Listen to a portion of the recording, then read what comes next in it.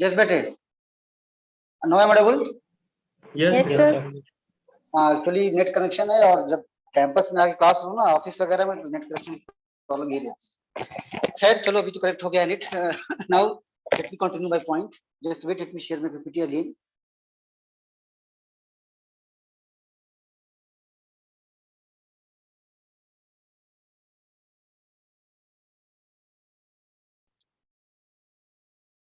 So this one is the magnetic disk, so it use a magnetization process. Next point जो हमारे पास है, the entire disk is divided into platters, ठीक है। Each platter consists of concentric circles. What is the meaning of concentric circles? कौन बताएगा? आर्यन?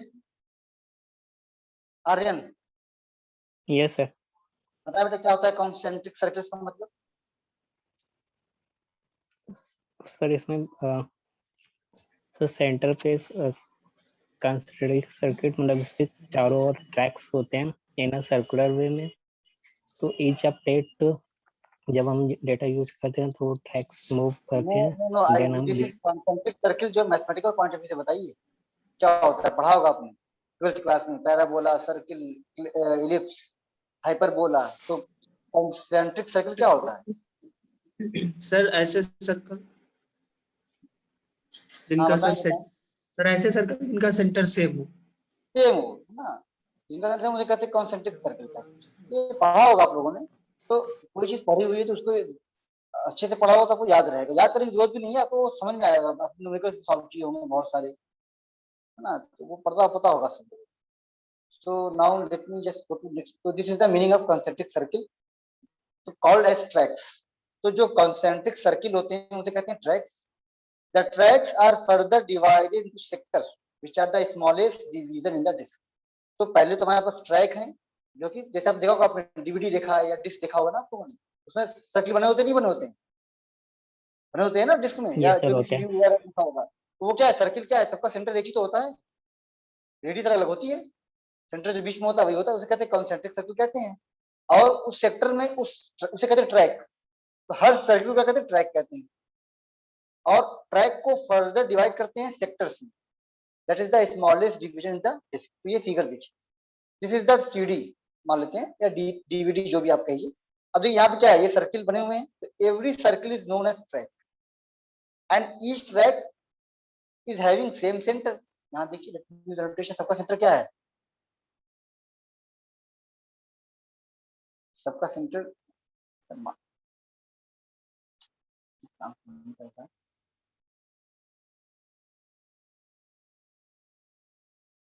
अभी लगता है नोटेशन काम नहीं करता है।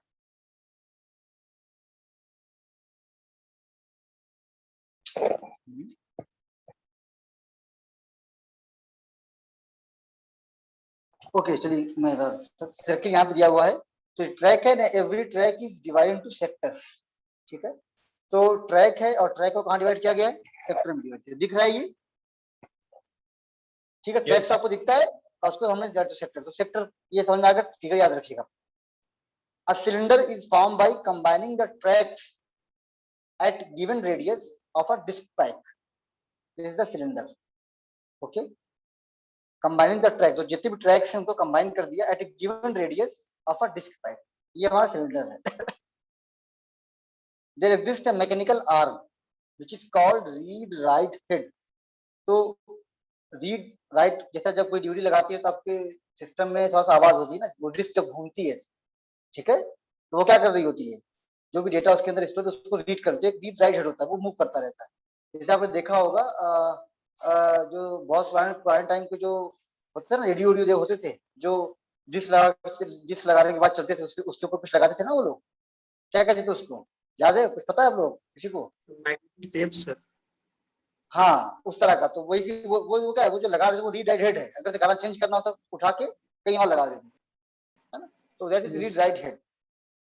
It is use to read data from the disk or write a data to the disk.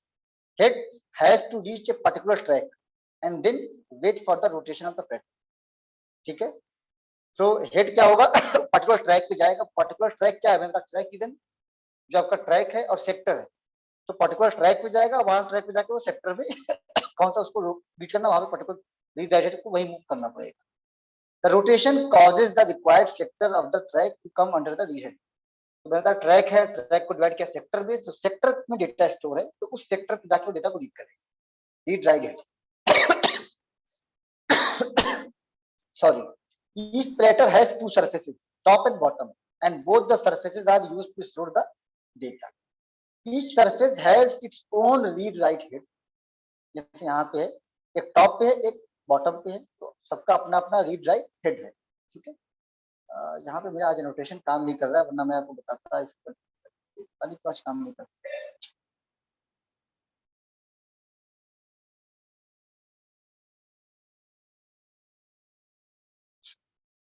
ठीक है, चलिए.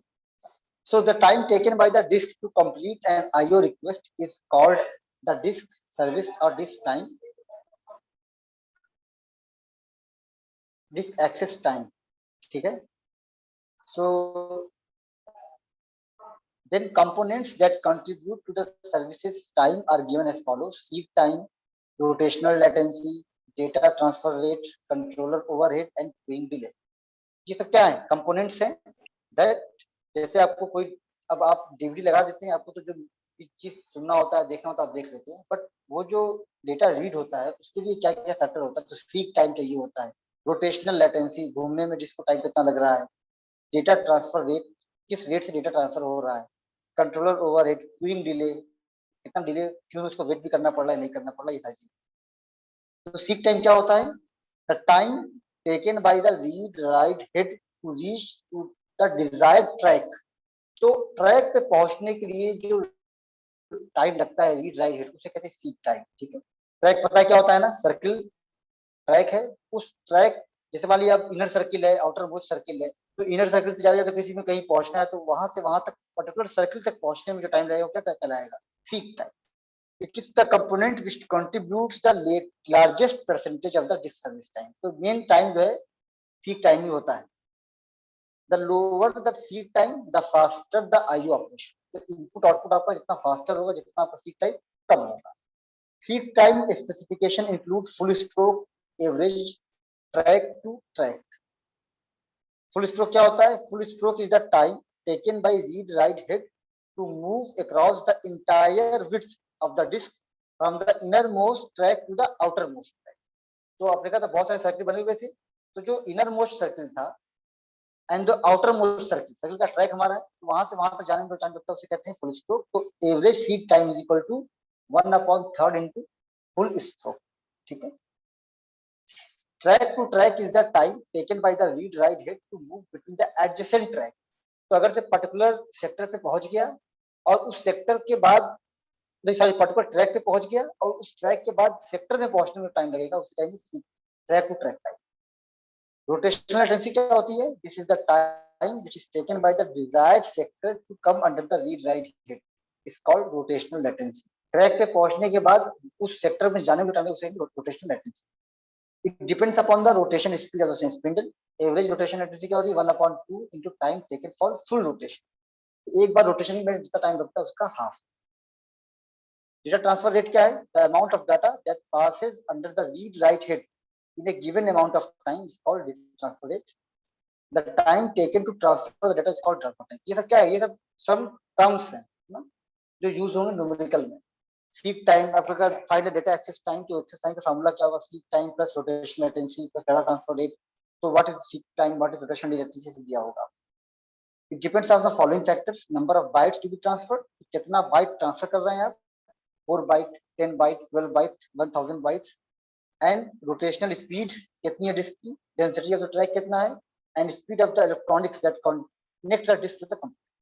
तो वायर जो कनेक्टेड आपके डिस्क को कंप्यूटर से या डेस्कटॉप से लैपटॉप से कनेक्ट। कंट्रोलर ओवरहेड क्या होता है? The overhead imposed by the disk controller is called as a control overhead. It is a device that manages the disk. Queuing delay, the time spent waiting for disk to become free is called queue. जितना Q में मान लीजिए एक साथ बहुत सारे process ने input request करनी, तो एक क्यू होगा जहां पे सारे प्रोसेस अपना वेट कर रहे होंगे अपने टर्न का, तो वहां पे टाइम लगेगा उसका। स्टोरेज डेंसिटी क्या होती है? All the tracks of a disk have the same storage capacity, then is called storage density. This is because each track has a different storage density. The storage density decreases as you move from one track to the another track away from the center. तो जैसे जैसे centre से दूर जाते जाएगी, density क्या होती जाएगी? कम होती जाएगी। भाई स्मॉल सर्किट में कम डेटा स्टोर होगा, उससे बड़े सर्किट में ज्यादा डेटा स्टोर होगा, तो डेंसिटी क्या होगी हमारी? इंक्रीज करती जाएगी from. Innermost track has maximum density and outermost track has minimum density. Disk access time, this is the question, ये एग्जाम पूछ सकते हैं कि what is the value of disk access time? So this is the C time plus rotational latency delay plus या rotational latency आप कह सकते हैं plus transfer time, controller overhead and queuing delay. All these 5 components added to obtain the disk access time. Average disk access time क्या होगा? Average सब जगह average लगा दीजिए, ठीक है? तो क्या हो जाएगा? Average disk access time. Average seek time क्या होगा? Average seek time is equal to 1/3 into, मैंने ऊपर बताया था आपको। एवरेज रोटेशन लेटेंसी मैंने बताया आपको। Now what is the capacity of a disk pack? So capacity of disk pack क्या होगा? टोटल नंबर ऑफ सरफेस, जितना सरफेस है, into number of tracks per surface, into number of sectors per track, into storage capacity of one sector. भाई पहले क्या है हमारे पास? सरफेस है, सरफेस को डिवाइड किया गया किसमें? ट्रैक में, ट्रैक को डिवाइड किया गया सेक्टर में, और सेक्टर की कैपेसिटी क्या स्टोर करने की? भाई 2 बिट होगी, उसमें अप्लाई करते हैं। This formula is clear? Yes, this formula is clear? Muskan? Yes, sir. Muskan, Yes, sir. up to this point any doubt? No, sir. Okay. Formatting overhead क्या होता है? Number of sectors into overhead पर sector, that is the meaning of formatting overhead. तो कितने sectors हैं और एक sector में कितना ओवरहेड है। फॉर्मेटेड डिस्क स्पेस क्या होगा? Also called usable disc space. It is a disc space excluding formatting overhead. तो फॉर्मेटेड डिस्क स्पेस क्या होगा? टोटल स्पेस और कैपेसिटी जो अभी आपने ऊपर निकाली हुई है माइनस फॉर्मेटिंग ओवरहेड, ठीक है? तो ऊपर निकाला आपने कैपेसिटी, देन निकाला आपने फॉर्मेटिंग ओवरहेड, और उसको माइनस कर दिया तो क्या मिल जाएगा? Formatted disk space. Okay. Recording density of और स्टोरेज डेंसिटी क्या होती है? Storage density of a track is equal to capacity of the track divide by circumference of the track. Track क्या है? सर्किल है, उसका सर्कमफेरेंस कितना होगा और उसकी कैपेसिटी कितनी है ट्रैक। तो ये क्या होगा? Recording density of track into circumference of track. Data transfer rate क्या होगा? Number of hits into bytes that can be read in one full rotation into number of rotation in 1 second. इसको मतलब other way भी कह सकते हैं, number of hits into capacity of one track into number of rotation in 1 second. So all these formulas must be I think in your mind, so that you can solve some numerical problem. जब हम आगे करेंगे, tracks per surface क्या होगा? The total number of tracks per surface equal to outer radius minus inner radius divided by inner track. And then the important point is that the entire disk space is not usable for storage because some space is wasted in formatting, ठीक है? जब आप pen drive वगैरह use करते हैं तो उसमें देखते होंगे कुछ स्पेस क्या हो, 4 GB के है तो कुछ स्पेस कहाँ पूरा पूरा नहीं मिलता है ना, देखा है आप लोगों ने? नो सर, नहीं मिलता। कुछ स्पेस रिजर्व होता है। तो when rotational latency is not given, use average rotational latency for solving numerical problem. अगर से rotational latency नहीं given एग्जाम में, कोई न्यूमेरिकल आता है इसके इस कॉन्सेप्ट पर, so use average rotational latency, ठीक है? When seek time is not given, use average seek time. तो अगर सीक टाइम गिवन है तो ठीक है, otherwise average seek time. It is wrong to say that as we move from one track मतलब away from the center the capacity increases over हटाइए इसको all the directions have same equal capacity. ये problem देखिए आप, ये problem है. Now read the problem very carefully, take 30 seconds and read the problem, and we have to answer 8 questions. We have a disk pack with following specification, 16 surfaces उसके अंदर हैं, 128 tracks हैं पर सरफेस. तो एक सरफेस में 128 track हैं, तो 16 कितने हो जाएंगे, 16 इंटू 128. देन 256 सेक्टर है, तो एक ट्रैक में 256 सेक्टर है, तो जितने भी ट्रैक निकाला होगा आपने उसको मल्टीप्लाई कर देंगे. एंड एक ट्रैक सेक्टर की कैपेसिटी कितनी है, 5125. ठीक है, question is clear? Yes. Yes, sir. So answer the following question. What is the capacity of this pack? So 16 into 128 into 256 into 51. ये तो होगा. What is the number of bits required to address the sector? तो देखिए यहाँ पे solve किया हुआ था. नंबर ऑफ सरफेस पहले तो गिवन चीजें लिख लिया हमने.